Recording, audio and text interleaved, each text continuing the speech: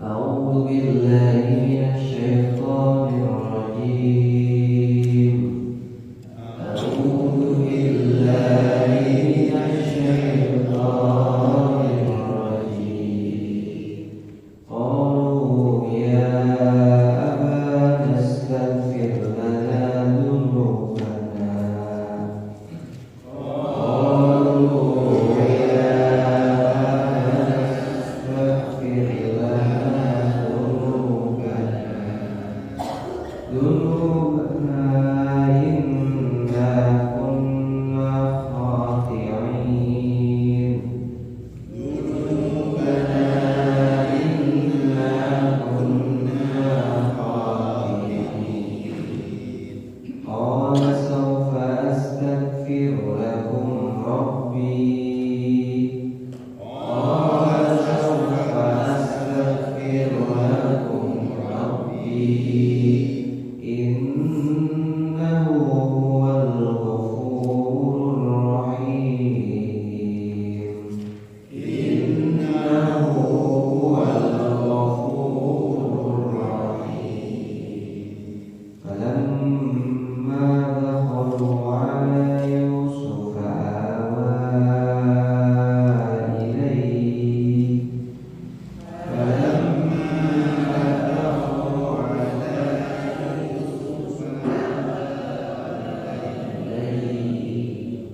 إليه أبويه وقال ادخلوا مصر إن شاء الله آمنين.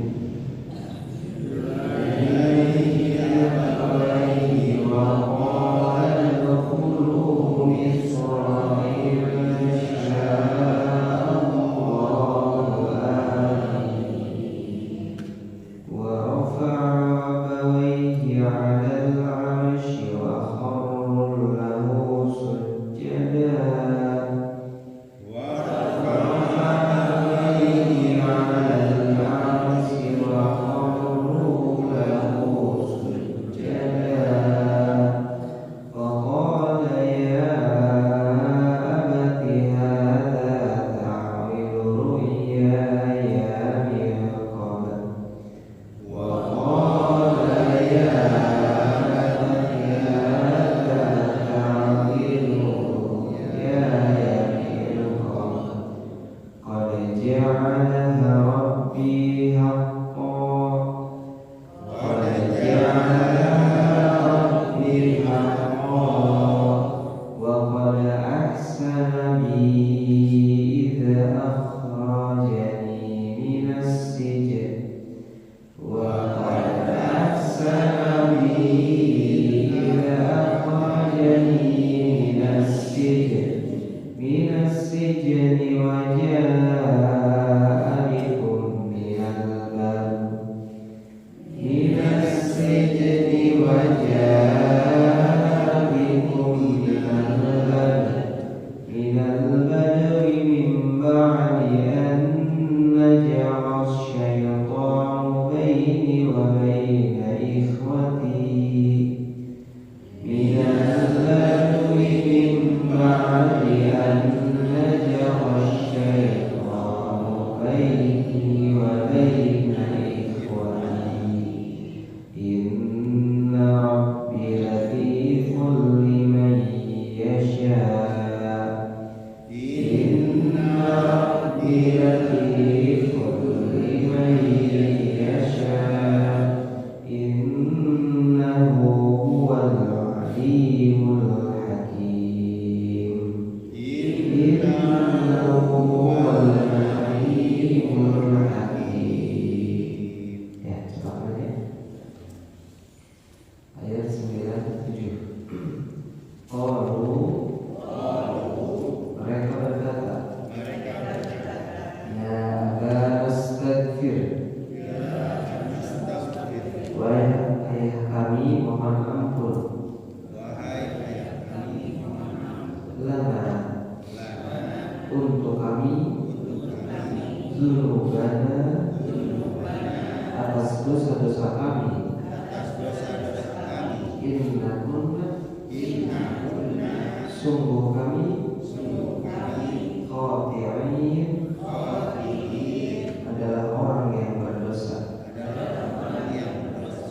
Qala Yakub berkata, Saufa kami akan memohonkan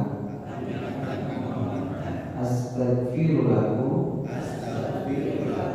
ampunan bagi kalian, Rabbi kepada Tuhanku, innahu huwa sungguh ia Al-Ghafur Maha Pengampun, Ar-Rahim Maha Penyayang. Falamma maka ketika dakhalu mereka masuk ala Yusuf ke tempat Yusuf, awa ilaihi abawaihi dia merangkul dan menyiapkan tempat. Wa qala udkhulu sambil berkata masuklah kalian. Misra ke negeri Mesir, insyaallah atas izin Allah. Amin dalam keadaan aman. Wa rafa'a dan ia menaikkan abawaihi kedua orang tuanya ala arsh ke atas singgasana. Wa kharru dan mereka semua tunduk lahu sujjada bersujud pada Yusuf. Wa qala dan Yusuf berkata, ya abati wahai ayahku, hadza ta'wil inilah takwil ru'yaya mimpiku min qabl yang dahulu itu. Qad ja'alaha Rabbi dan sungguh Tuhanmu lah yang menjadikan haqqan mimpi jadi kenyataan. Wa qad ahsana sungguh Tuhanku telah berbuat baik kepadaku iz akhrajani ketika ia membebaskanku minas sijni dari penjara, raja'a bikum dan ketika membawa kamu minal badu dari dusun, min ba'di setelahnya an najwa syaitan setan merusak hubungan baini antara aku wa baina ikhwati dan saudara-saudara.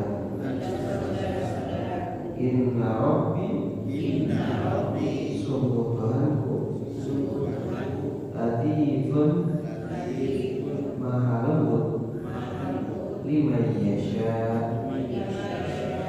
terhadap yang ia kehendaki. Innahu huwa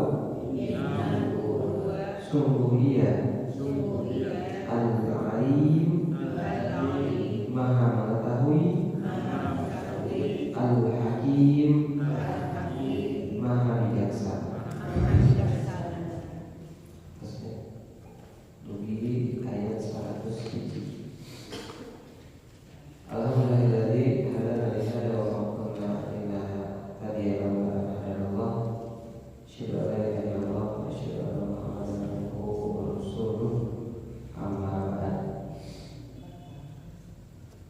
Puji salam syukur atas sama sekali Allah Subhanahu wa taala di perayaan di tempat hari kemerdekaan Indonesia 17 Agustus masih kali perayaan kesempatan kami menarikan di Masjid Al-Mukarram.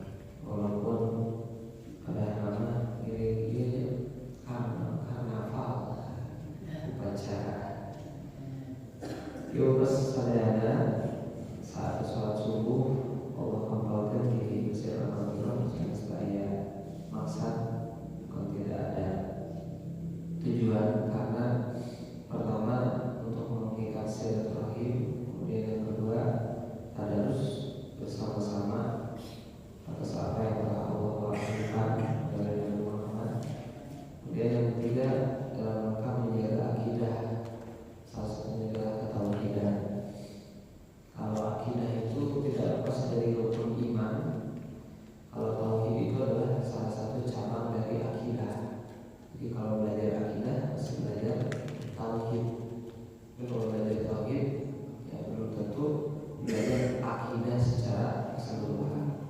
Kalau tauhid itu lebih ke hak dan kewajiban, hak Allah terhadap hamba dan kewajiban hamba terhadap Sang Pencipta. Jadi ketika belajar tauhid berarti mematangkan hati kita untuk beriman kepada Allah Subhanahu wa taala. Kemudian yang kedua, menjaga dari fitnah-fitnah yang ada di zaman sekarang melalui ya setidaknya pengistirahatan lisan setiap subuh lah sampai menjelang fajar gitu ya, menjelang waktu duha. Karena mau tidak mau lisan ini adalah gambaran hati. Kalau lisannya, kalau dalam lisannya itu keluar dari walaupun dari seorang mukmin kata-kata yang lemah, apa-apa dikomentari gitu ya, dengan komentar yang negatif, maka hati itu tidak akan jauh dari lisan. Jadi lisan itu benar-benar gambaran hati. Kalau lisannya suka mengeluh, lisannya suka melihat hal-hal yang dirasa daripada positifnya lebih banyak negatif ya, kurang lebih hatinya pun akan seperti itu. Makanya mudah-mudahan dengan usaha yang kadang kita anggap seperti kecil, awal setiap subuh gitu kan berjamaah, awal setiap hari sedikitnya mengurangi lisan-lisan kita dari hal-hal yang negatif. Makanya ada kitab yang membahas khusus tentang lisan, banyak sekali sebetulnya. Salah satunya yang sering kami jadikan referensi adalah Al-Fathul Lisan. Al-Fathul Lisan itu buku kesalahan-kesalahan lisan. Jadi bagus tuh buat referensi buku sekalian. Sebagaimana ibu kita tahu bahwa musibah, sakit atau pilek itu dan sifatnya itu berulang, manusia selama hidupnya pasti ingin virus, dan obatnya pun katanya di sampingnya ketika mengukur bisa beri ultraviolet kali dan tidak akan pernah berubah. Ini tanda bahwa manusia hidup ini dengan pengalaman yang terus berulang. Nah, kenapa oleh Allah Subhanahu wa taala disyariatkan untuk baca Quran tiap hari gitu, untuk sholat tiap hari, bahkan tiap waktu gitu. Itu tanda bahwa manusia ini memiliki pengalaman berulang. Jadi kalau ditanya apakah tidak bosan, apakah untuk apa gitu ya, sholat tadarus ya sama seperti kita sakit, sakitnya sama, obatnya sama, tapi tetap saja membutuhkan nutrisi dan pengalaman yang sama. Dan itulah manusia tidak akan pernah lepas dari ujian takdir. Kalau ujian syariat itu bisa dihindari, ujian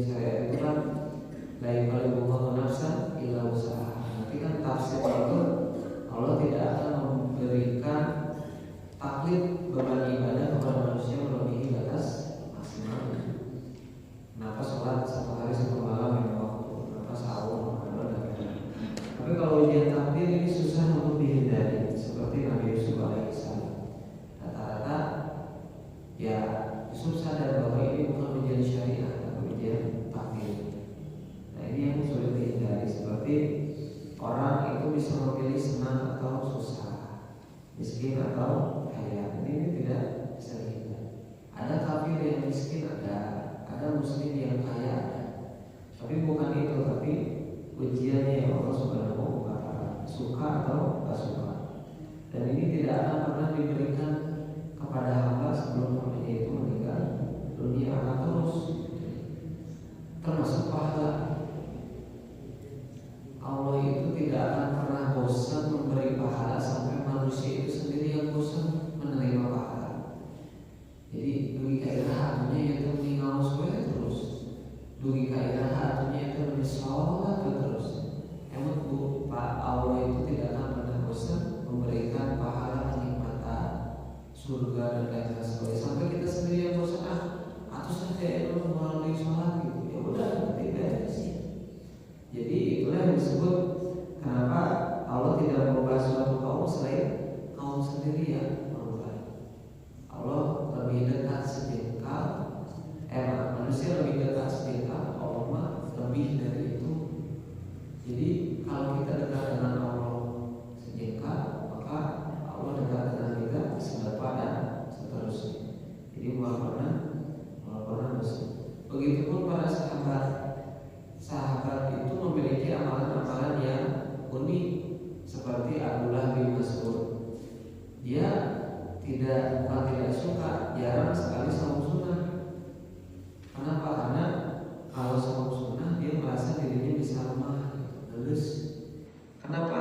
Abdullah bin Mas'ud itu lebih suka baca Al-Quran, membaguskan suara Al-Quran. Kalau saum, kata Abdullah bin Mas'ud, dia tidak bisa menamatkan Al-Quran dalam 1 hari 2 hari itu. Jadi punya qora amal masing-masing. Kemudian ada juga amal-amal yang menonjol, seperti orang atau sahabat zaman dulu yang suka perang, tapi baca Quran jarang. Ada sahabat yang sukanya saum sunnah, tapi jihadnya atau saumnya ya ada juga sahabat yang full seperti Abu Bakar, ya saum sunnah itu kan kata Nabi, yang menjenguk orang sakit suka gitu ya, yang perang di jalan Allah kantenan gitu ya teman, beres gitu ya.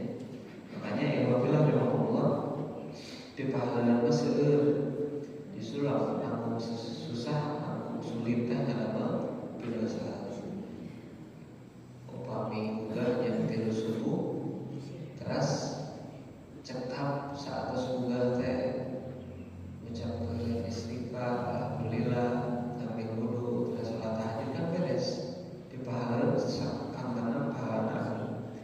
Tapi upami bade ngabega kan perlu effort. Kalau jalmi anu mencret ku tiare Pak langkung babari mana ada melalui pahala atau nabi pidasa. Ayat tuh maling sambil mencret ya seperti sulitnya.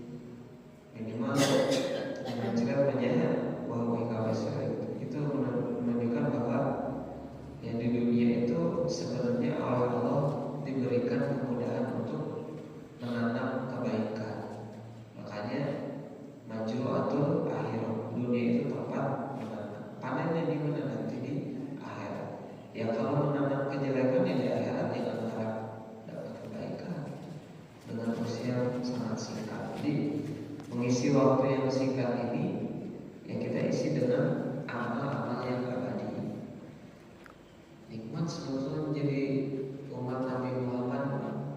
Kita hidupnya 50 sampai 60 tahun, tapi oleh Allah dijamin amal-amal yang panjang, seperti malam Lailatul Qadar, saum yang bisa menghapus tahun ke belakang, tahun ke depan. Jadi banyak ya. Masuk ke tafsir bahwa singkat cerita Nabi Yusuf ini akhirnya kembali di pangkuan ibu dan ayahnya, gitu ya. Maknanya bukan sekadar bertemu. Kalau mufasir menjelaskan Yusuf itu mendekatkan Di sini kalimatnya awa ilaihi abawai, mendekatkan atau merangkul. Lebih dari itu adalah memuliakan kedua orang tuanya. Bahkan As-Sa'di menyebutkan Yusuf itu mendekatkan kedua orang tuanya kepadanya dan memberikan keduanya albir, al-ikram, at-ta'zim. Albir itu kebaikan, al-ikram itu penghormatan, dan ta'zim itu adalah kemuliaan yang besar. Jadi secara manusiawi saja ini hal yang sangat baik. Seorang anak yang dahulunya dibuang ke sumur, kemudian dijual sebagai budak, difitnah, dipenjara bertahun-tahun, terpisah dari ayahnya, ayeuna tiasa ngadeg di Mesir dan Tanjami anu berpengaruh.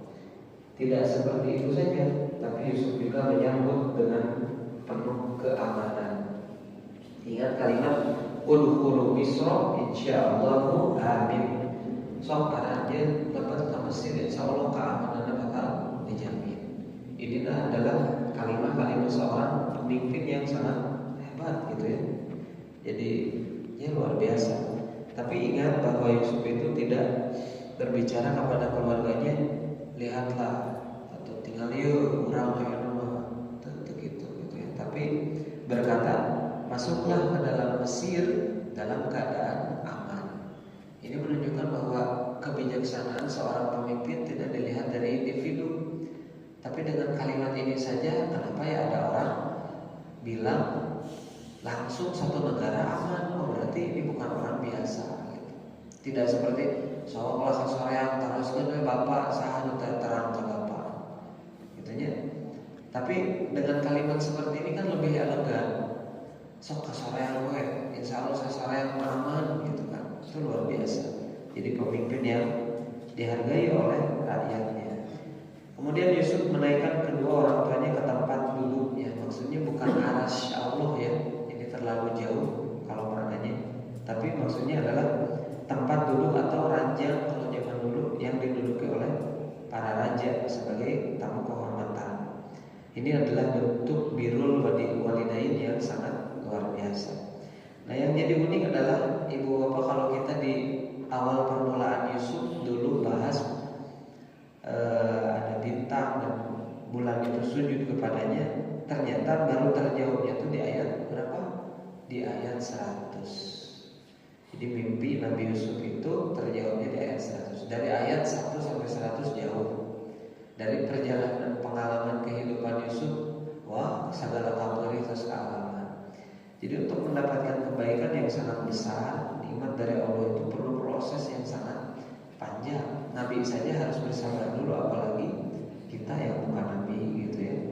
Baru di ayat 100 oleh Allah menjawab, wa kharru lahu sujadan, dan mereka semua tunduk bersujud kepadanya, bukan untuk menyembah ya. Ibnu Katsir menyebutkan bahwa sujud penghormatan seperti itu diperbolehkan dalam syariat umat terdahulu. Ya, sedangkan dalam syariat Nabi Muhammad sujud kepada selain Allah ini tentu diharamkan. Kemudian ini juga hal menarik bahwa Yusuf itu tidak membicarakan kejahatan saudara-saudaranya. Dari pertama datang ke Mesir, usum paceklik, itu kan prosesnya sangat lama ibu bapak. Usum paceklik, kemudian sampai akhirnya adiknya Bunyamin ya dalam tanda kutip diculik lah gitu, dalam mengobati rasa rindu seorang kakak kepada sang adik gitu. Dan di puncaknya membawa ibu ayahnya ke Mesir, itu kan tidak ada satu kalimat pun dari Yusuf menyebutkan bahwa gara-gara mana gitu, gara-gara adil, tapi tidak ada. Malah ya abadi, dengan kalimat abadi kan panggilan yang sangat lembut dalam bahasa Arab. Bukan ya abi, tapi ya abadi. Ini sama kejadiannya seperti hendak disembelihnya Ismail alaihissalam. Jadi kalimat-kalimat lembut itu senantiasa nempel di setiap perkataan Nabi dalam kondisi apapun. Ini bisa ditiru sebagai orang tua ketika memiliki rasa kesal kepada seorang anak, cucu. Jangan sampai keluar kalimat-kalimat yang kotor gitu. Itu jangan sampai. Tadi ingat bahwa lisan itu gambaran hati bagi seorang mukmin. Apabila lisannya segera diucapkan tidak tersaring, ya hatinya pun sama, perilakunya pun sama. Jadi tolak ukurnya adalah lisan. Ya ada tiada ta'wili ru'ya ya min qabl. Wahai inilah takwil mimpi yang dulu saya pernah mimpikan. Jadi dibahasnya di ayat berapa? Di ayat 4 kalau Ibu Bapak ingat. Di ayat 4 permulaan surah Yusuf. Sesungguhnya aku melihat ida asyara 11 bintang wasyamsa wal qamar, matahari dan bulan semuanya sujud kepadaku. Ini seorang ibu, wah Bapak Yusuf betul-betul ditafsirkan dengan detail, nangis Bu, dengan perjalanan yang sangat luar biasa gitu. Kapuri murang kali alit terus dicobi ke Allah sehingga kieu gitu kan. Dugika jantanna di ayat 100. Jadi 11 bintang itu apa? 11 saudaranya. Matahari dan bulan adalah kedua orang tuanya. Itu menurut penjelasan para mufasir secara dominan. Yang lebih mengagumkan adalah Yusuf tidak mengatakan saudara-saudaraku menzolimiku. Kan itu tahu mampu Pak. Ketika ibu dan ayahnya dulu, Yusuf sudah menjadi orang sukses, menteri, bahkan nabi. Tidak pernah ada satu lontaran kalimat dari Yusuf tahu selalu dia teh baheula teh menyiksa, memisah kuring di bapak kuring, tidak ada satu kalimat. Jadi Yusuf hanya bilang apa? Pada ahsana iz akhrajani minas sajn, sungguh Rabbkulah yang telah berbuat baik kepadaku ketika Ia mengeluarkanku dari penjara. Kata hiji. Yang kedua, wajah abikum walbad min ba'di an naj'a syaitan, kalahnya lahkeun setan.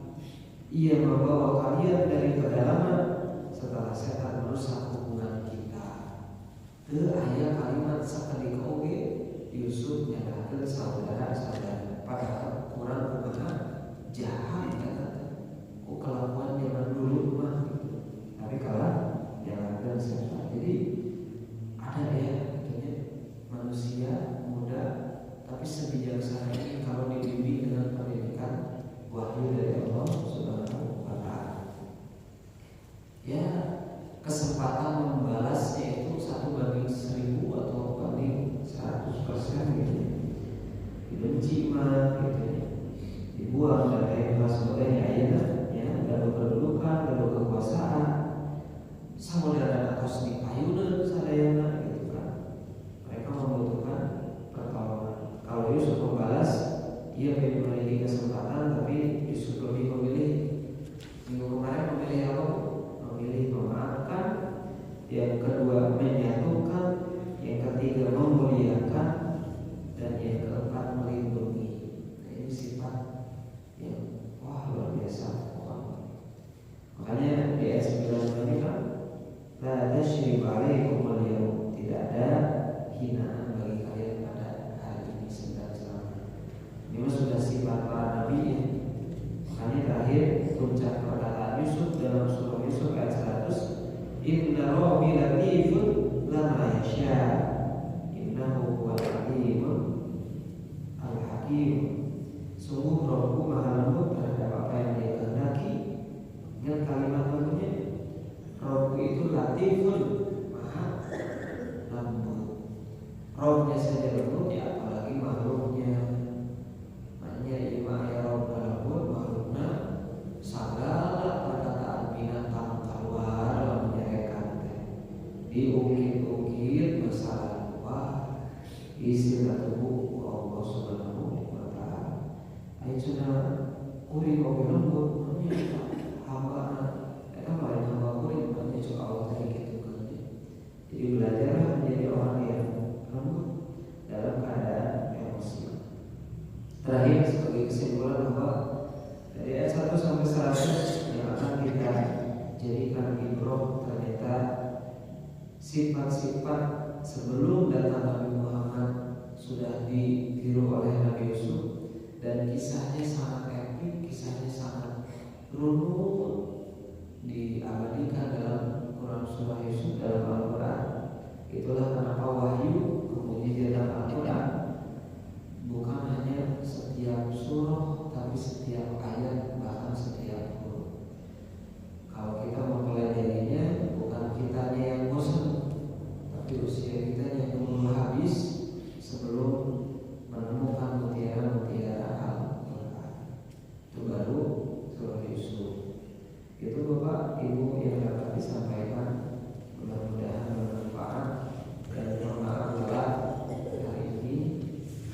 Apapun yang terjadi di Indonesia, doakan tetap Indonesia ini semoga menjadi negara yang baik-baik saja dan mendapatkan pemimpin yang hebat, yang adil, kapanpun dimanapun, dan Allah senantiasa melindungi kita sekalian.